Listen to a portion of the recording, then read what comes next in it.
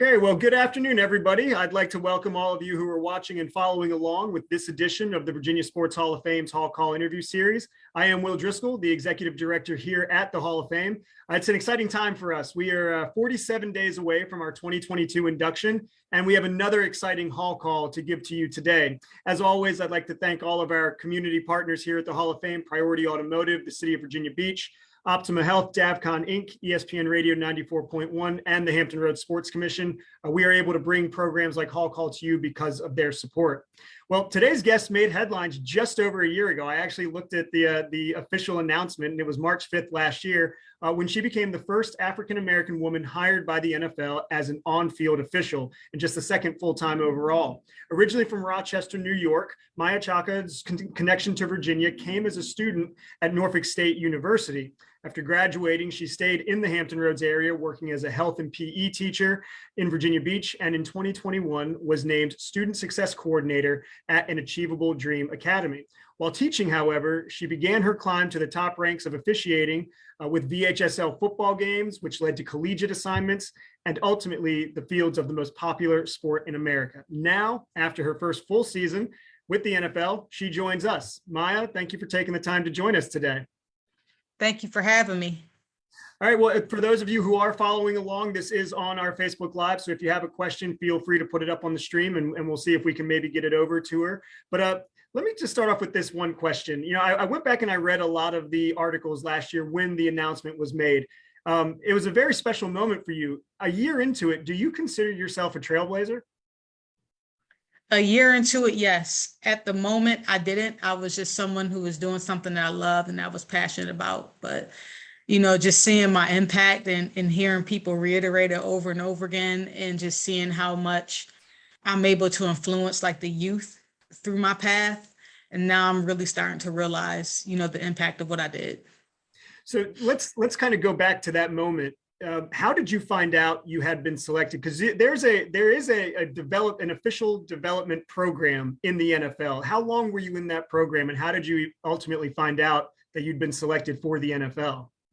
I was in that program for 7 years. And, you know, I first interviewed after my first bowl game in 2013, and I was accepted into the program in 2014.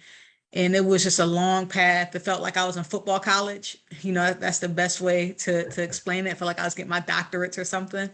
But, you know, at the time when I was brought in, it normally took the average official about 2 or 3 years in the program. And they either figured they were either going to bring them in and hire them full time, or they were going to release them back into college. So I was just like in like a waiting mode. I was on the plane, and, you know, like you're getting ready to take off, and there's always a delay, and you don't know when you're going to take off, but at least I had a seat on the plane.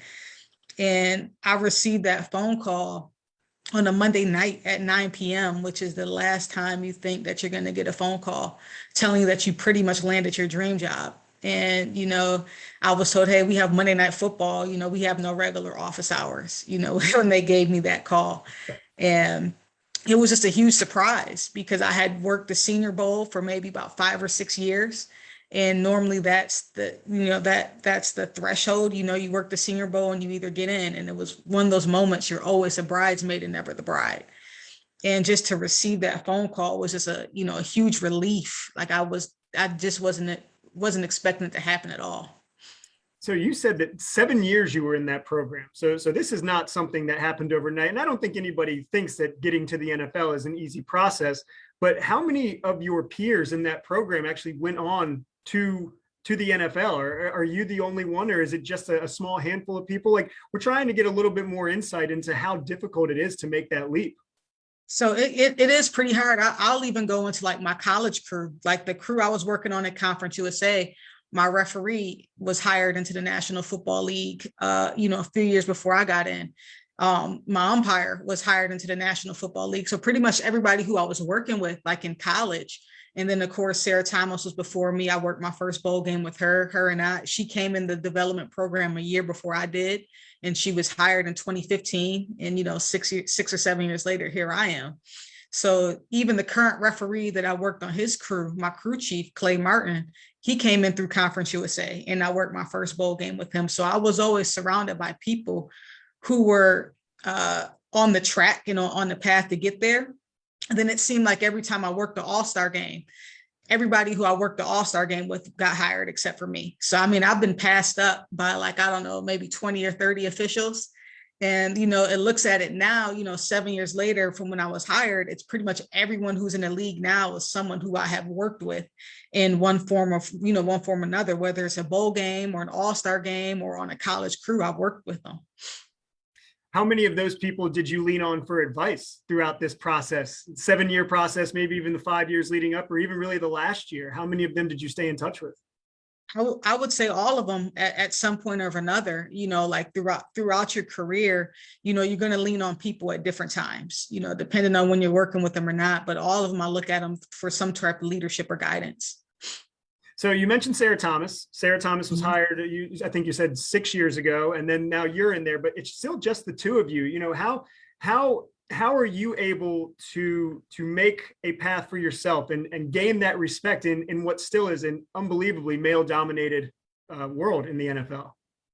I just dive headfirst into my work. I don't want to separate myself as being a woman official.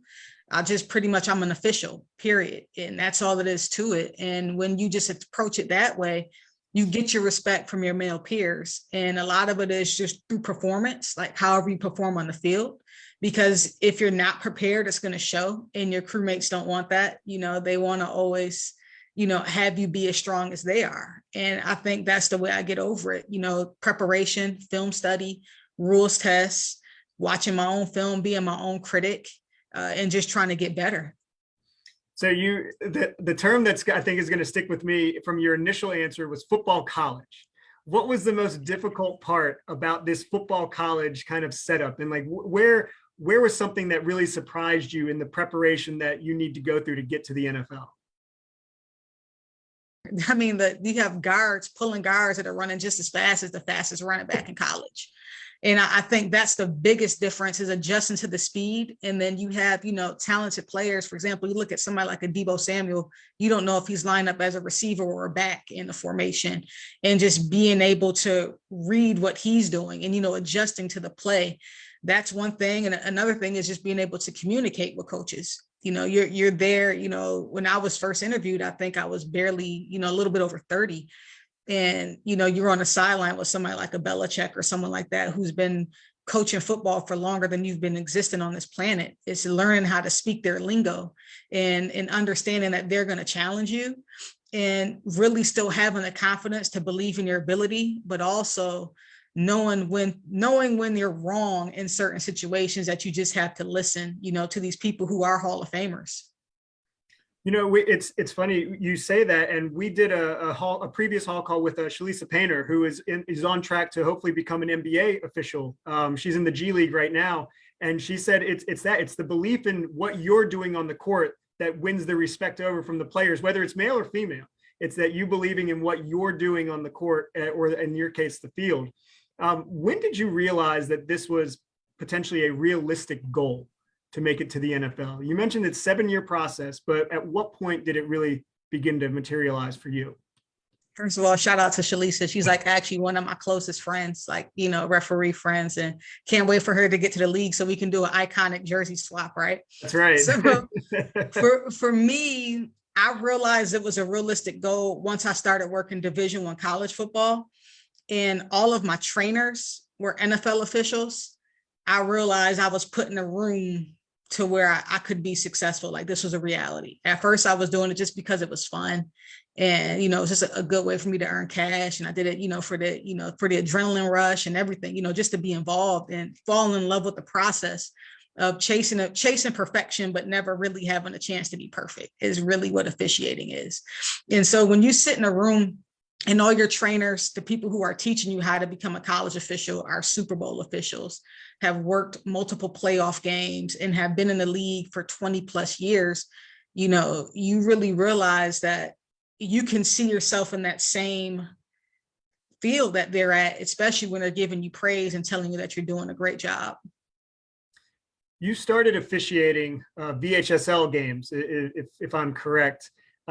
What drew you to this side of the sport? What drew me to football, or to officiating yeah. side?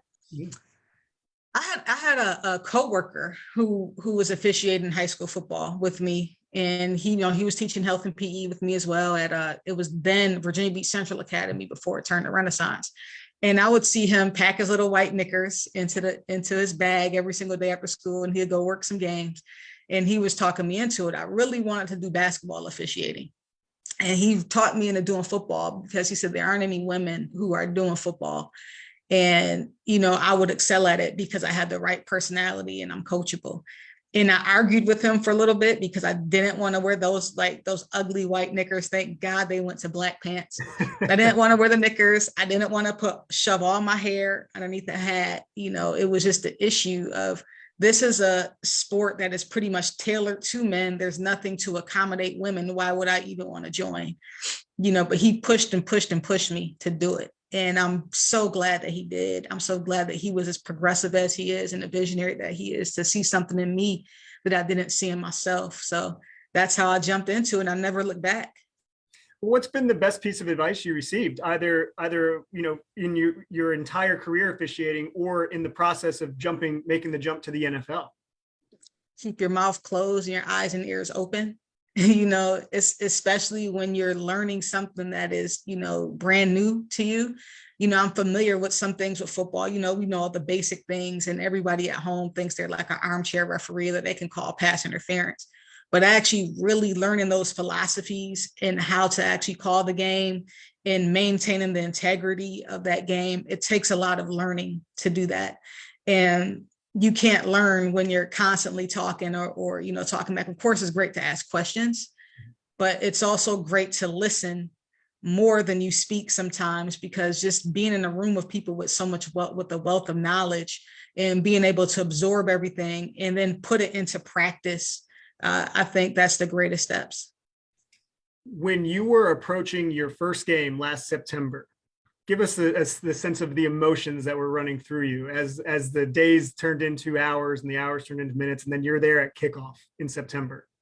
What's crazy is I didn't think, and this is not me trying to think I'm above anything, but I didn't think of it any different. It felt the same thing as when I would go out and work Mustang games in the Sportsplex, because I was always trained to treat every game like it's a big game. And, every game's always going to be important to someone. You go out there on those fields, those little kids are playing their hearts out. And even in high school, they're playing their hearts out. Like, everybody wants to win. And so I never changed my approach to the game. It's always been the same. You go in, what teams are playing, you go over the things you're supposed to do. And I think that's real important. Now, when I stepped on the field, it is a bit different, because when you step on the field and, when everybody walks around and they give you like standing ovations, that's a little different. It became a reality then, like, oh my God, I'm really here in a National Football League. And you have players who are well known who are coming up to you and congratulating you. That's when it really hits you. But it wasn't leading up to the game. It was as soon as I stepped on the field, I was like, oh wow, this is amazing. We know that diversity is a big part of what the NFL is trying to build around its brands. Do you feel like you play a larger role than just being one person in their approach to diversity, or how has diversity changed, and how have you seen it change in the NFL in the year that you've been a part of it? So when I first came in, there really aren't any other women. There was myself, there was Sarah, and I think Arizona had a woman that was coaching. There were a few women that were coaching. And like now you see, people who are actually running, like assistants to the GM, and you have agents and you have more coaches. And now there's actually a pipeline that they're developing to attract more women. And I know myself personally, I try to recruit and get as many women as I can involved in our high school board here. It just shows you how big the pipeline has now become. Before it was just so small. And I think that's because we are proven that we can be successful at what we do. I'm only able to be successful in the league now because Sarah has been successful. So I'm fortunate for her. And hopefully with me being successful where I'm at, that opens up more avenues for, the women to come. And there are more women to come because we have more women that are in our development program right now to this day, which is very exciting. What are those avenues? I mean, obviously there's high school, but what are the differences that you've seen in the now, I guess, 2007 to now 15 years that you've been in the officiating world? What are the differences that you've seen in getting more women involved in officiating? It's just about us being more vocal about it, you know, and us recruiting and letting them know that they can be a part of this. We actually also have like a women's study group, like in football, that's specifically geared specifically to women. And when a woman shows me an interest that she wants to officiate, you know, that's the first place I send her, is there. And that group has grown from like 8 women all the way up to, I think, almost 50, and it's coast to coast. It's not just centralized, and they meet on Zoom. And I think that's really important for us to have that support group so we can talk about other things. That organic growth is definitely how change gets made. You know, and it is a bottom up approach. You know, 2022 is actually the 50th anniversary of Title IX legislation. And, you know, is that something that you think about, that 50 years ago, barely a generation, these moments would not have been possible? Yeah, it's crazy how much growth, not even just with women, but people in general, you know, within 50 and 60 years, you know, how much growth that we've shown. I think we still have a ways to go, you know, but I think we are taking the right steps towards it, you know, maybe baby steps, but, you know, any progression is always positive. What would be your best piece of advice to an up and comer in the industry? Somebody, if Maia was getting into officiating right now, but you could look back through the crystal ball of the experiences that you've had, what would be your best piece of advice that you'd give to somebody? So you have to fall in love with the process. And for me, you know, it took me a lot longer than I thought it would take, but I never gave up on the end goal. But it came to a point where I always worked like I was going to be successful, but I expected like I wasn't.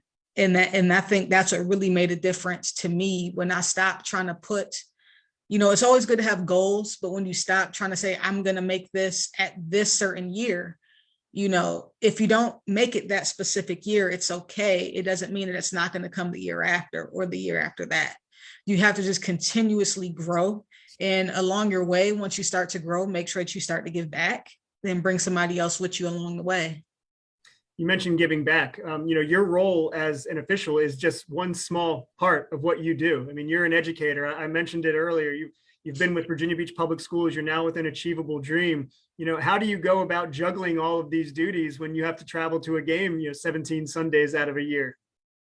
It's tough, but you know, I'm with a very flexible organization now that is supportive of the things that I do, because I think they realize that sometimes my experiences outside the classroom or outside the school, they bring a wealth of knowledge like to the students that no one else can bring. And I'm very appreciative, you know, for that.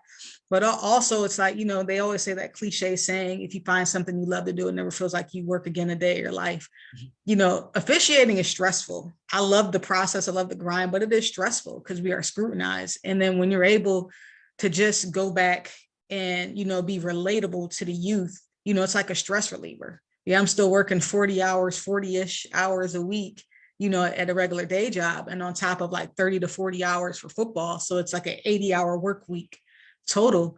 But, you know, this is something I can do it in my sleep now. Mm-hmm. You know, I get up, I breathe it, and, you know, actually working with kids gives me life. Have you brought the yellow flag into the classroom? Of course. Tougher crowd. Professional football players are a room full of high school students. Absolutely. We're working on public speaking now. So it's always amazing when you can put penalties on public speaking. I'm sure try to get them in shape. I'm sure they love that. What does the off season for an NFL official, a full-time NFL official, now look like for you? For me, it's a bunch of public speaking engagements, really, you know, and I'm very fortunate for that. A lot of people want to be able to hear my story. So I've been able to, you know, reach out on multiple platforms in order to inspire people, you know, to reach their goals. And so for me, that's what that's been. It's also, you know, teaching or being like a success coordinator with An Achievable Dream, and being able to help those students become successful and reach my levels or surpass me or whatever it is. It also includes that. It also includes myself getting my own nonprofit off the ground. It's MMC, which stands for Make Meaningful Change.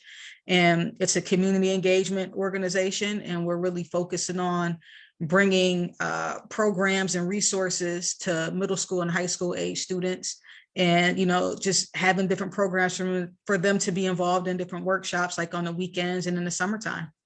Well, let's talk a little bit more about MMC. When you say programs, what type of programs are you trying to bring to the middle schoolers and high schools? What's the main focus of MMC? So anything that is really going to encourage them to take a different career path, right? So you may have some kids that may like to customize sneakers or want to learn how to customize jackets or whatever. And that's things that aren't necessarily taught into school, but trying to find those professionals here in the area that can help bridge that gap, that say, hey, this is how I learned, you know, because the way that education is now, obviously going to college is a great route, but I think sometimes kids are going to college and not necessarily know why they're going. And if they learn a skill or learn something that they're into now, they may be more inclined to go to college for something like marketing or like business and learning how to manage their school skills and learn how to be entrepreneurs so they can be more in control of their own destiny. So it's just all about just taking any resources and any professionals that I have come into contact with and being able to bring them closer to the youth to teach them more in like a one-on-one or like an intimate type setting, and probably building like some mentorships along the way with that. I think that's extremely important. I know that, you know, in speaking to kids, you know, in my profession, a lot of times they only think that there are certain avenues, and those avenues are limited, you know, doctor, lawyers, things that we see on TV. And it's really important to say, well, no, that, you know, anything that you touch, there's a profession that put that together. Yep. So I think an organization like that could be extremely valuable to our community. Is there a moment from the last year, kind of getting back to the football side of things, is there a moment from the last year that really stands out to you from your process of getting that call in March of last year to the end of the season? How about when I forgot to bring my sneakers to training camp one time and I showed up in Nike flip-flops and pink toes? So that really stood out, because that was a moment where I thought I was going to get fired before I really even got my feet wet, you know, no pun intended, but I really did. I forgot my shoes, and I come downstairs, I show up, my crew was like heckling me. And of course they play into it. They think that, let's scare her a little bit. And then like, we're going to tell the boss and whatever. So they end up taking me to camp. The team has to end up giving me shoes so I can work for the week. And each time when I'm in, you know, doing a drill or in practice somewhere, everybody catches wind and all the players come up to me, hey, nice shoes, like one at a time. And it's not like they did it all simultaneously. They would do it while I'm eating breakfast, while I'm eating lunch. So I just got ripped the entire week, you know, just dealing with that team and forgetting my shoes. So I think that stands out. Did that finally end, or are you still getting comments from your colleagues about that? I still get comments about it. I think it's one of those things that's I'm never going to let down, you know, but a part of it is me, you know, holding that accountability. It's a rookie mistake. You know, everybody's going to make some type of blunder, but I didn't let it define me. And it even continued on to the regular season. You know, people who were on different teams, they weren't even in the training camp with that team. They were coming up to me, joking me about my shoes. So, you know, players talk. So news travels fast, apparently. It does. Yeah. As an official, what were you looking to improve on game to game last year, or even from the beginning of the season to the end of the season?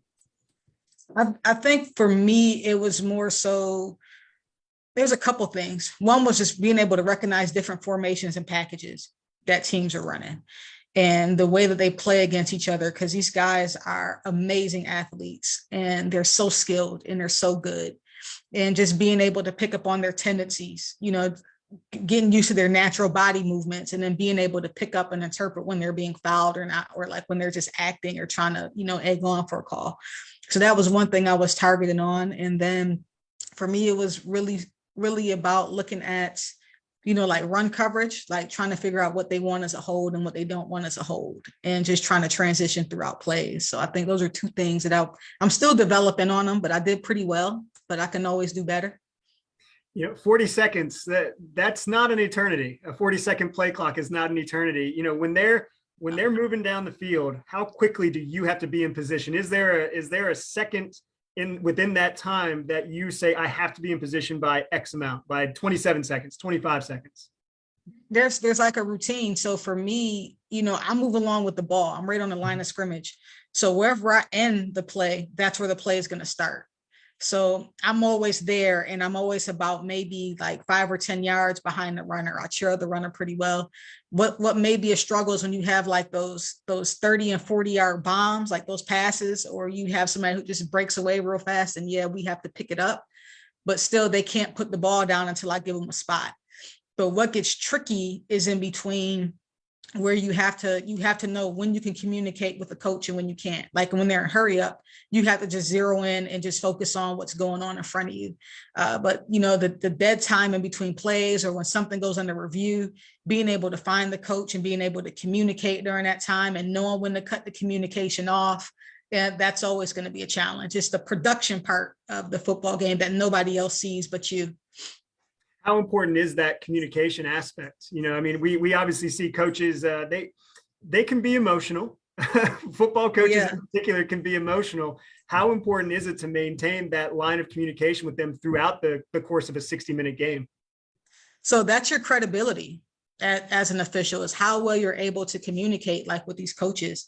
And you have to be a person of your word. And if you don't know the answer to something, just let them know, hey, I can't answer that right now, but I will find it for you. Let me get back to you. But always make sure you get back to them. Never leave them hanging. They may totally forget about what you said, but the importance of you always making an effort of getting back to them. And you just have to be completely transparent. And there are going to be some times where coaches are going to get upset and players are going to get upset, but you have to realize it's the heat of the battle, and it's nothing personal. I've never been personally attacked. Not any different than my male colleagues if they didn't like a call, but it's not gender specific or race specific. It's football specific. And you just have to remove yourself from that and just deal with that raw emotion at that time and just hear them out. I'll get you out of here on this one. As we approach your second season, I mean, it's March now, September is 5.5 months away, but we know that it'll be here before we know it. What are you looking forward to most about the upcoming season? I'll be eligible to work playoffs if I do well enough. but I mean, like that's always a positive. But for me, I'm just really looking forward to being hired back and being out there again. Mm-hmm. And that's always the goal, is to be able to continue working, because there are a lot of people who aren't asked back and who don't continue to work. And so just making sure I'm healthy and, making sure that I'm able to pass all the tests and, surpass that sophomore jinx. Well, knock on wood, we hope that we can see you back out on the football fields again this year. And hopefully, maybe in the future, we do one of these with Shalisa and Maia, and maybe even some more. Hopefully you guys are just the beginning of a long line of officials here from Virginia. So thank you for taking the time to join us today. Absolutely. Thank you for having me on. Well, again, everybody, let's hope that Maia is back out on the NFL football fields this fall. I'd like to thank everyone who has followed along and who will download this podcast or even watch the video later. As always, thank you to our partners. As you can see, their logos up there: Priority Automotive, City of Virginia Beach, Optima Health, ESPN Radio, and Davcon Inc. Be sure to follow the Hall on all of our social media: Facebook, Twitter, and Instagram at VA Sports HOF. Once again, I'm Will Driscoll with the Virginia Sports Hall of Fame. Join us in a couple days, the March 17th, Thursday, as we'll catch up with incoming inductee Anthony Poindexter from the University of Virginia. Of course, whatever you do, participate, don't spectate. 2022 induction weekend is just 47 days away. So we'll catch everybody next time.